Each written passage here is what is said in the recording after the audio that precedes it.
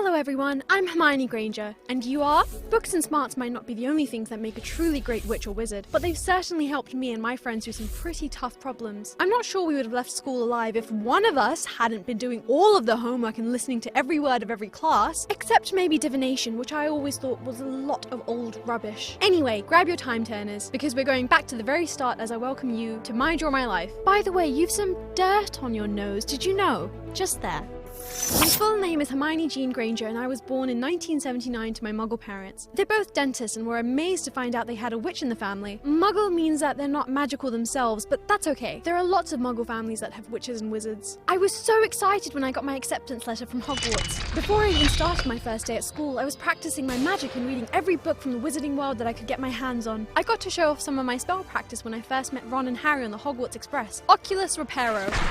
It seems like a very easy spell now, of course, but at the time it was much more impressive than Ron's. Ugh, Ron. We did not get along at first. Actually, it took a little while for Harry, Ron and I to become friends at all. I think they thought I was a bit of a bothersome know-it-all. I can't imagine why. But I'm getting ahead of myself already, so let's talk about Hogwarts.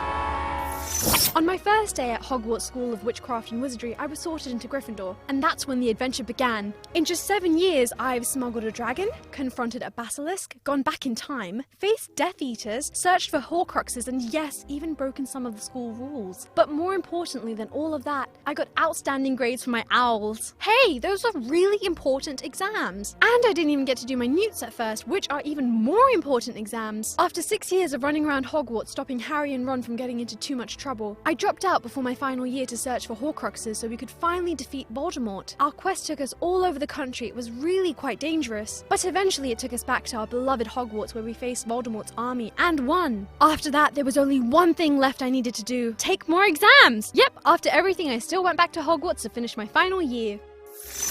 But Hogwarts wasn't always about homework, classes, and the library, even though I really wished it were. I had lots of extracurriculars too, and I don't just mean sneaking dragons out of towers, joining Dumbledore's army, breaking into the Ministry of Magic, or seeing the Quidditch World Cup. No! I'm talking about SPEW, the Society for the Promotion of Elfish Welfare. Did you know that house elves are a marginalised minority who serve wizards? They even work at the Hogwarts kitchen, and I can't imagine they like it very much. Harry helped free Dobby in our second year, but there are so many other house elves to free. My heart went out to Winky, a house elf who was terribly mistreated by her master, Barty Crouch. She ended up getting a job at Hogwarts, and I think she was happier that way. I mean, she cried a lot, but she must have been happier. I also knitted hundreds of socks and hats to help free the elves of Hogwarts, but they told me to stop. Magical creature and animal rights are very important to me, and I continue to fight for them throughout school and even afterwards. I joined the Ministry of Magic, where I worked for the Department for the Regulation and Control of Magical Creatures and fought for underprivileged non-humans everywhere.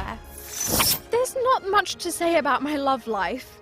What? There isn't? Well, we only went to the Yule Ball together and wrote to each other over the summer. And of course, I thought Gilderoy Lockhart was incredibly brave and handsome until he turned out to be a complete nitwit and a liar. Ugh.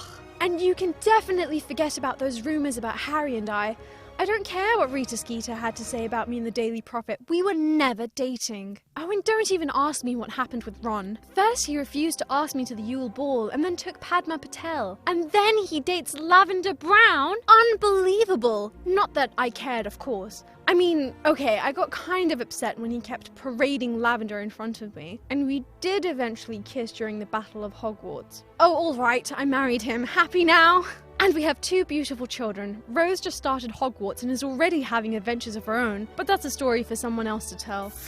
Harry said I need to tell you some fun facts now, which seems a bit silly, but alright. Well, I have a cat called Crookshanks, who is also part Kneazle. That's fun. And I ended up appearing on my very own chocolate frog card because of my achievements, which is incredibly fun. And you know how Amotentia, the love potion, always smells like things you love? Well, to me it smells like freshly mown grass, new parchment, and spearmint toothpaste. My Patronus is an otter, and my wand is vinewood with a dragon heartstring core. Okay, that was pretty fun.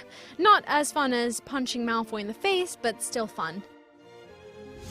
Thanks for watching My Draw My Life. Let me know in the comments what your Patronus is and who you'd like to see draw their lives next. Now, I'm going to bed before any of you come up with another clever idea to get us killed or worse, expelled. I am the boy who lived. I am the chosen one, and I'm one of the most famous wizards of all time. Not tooting my own horn or anything. My life is so interesting. J.K. Rowling wrote a book about me.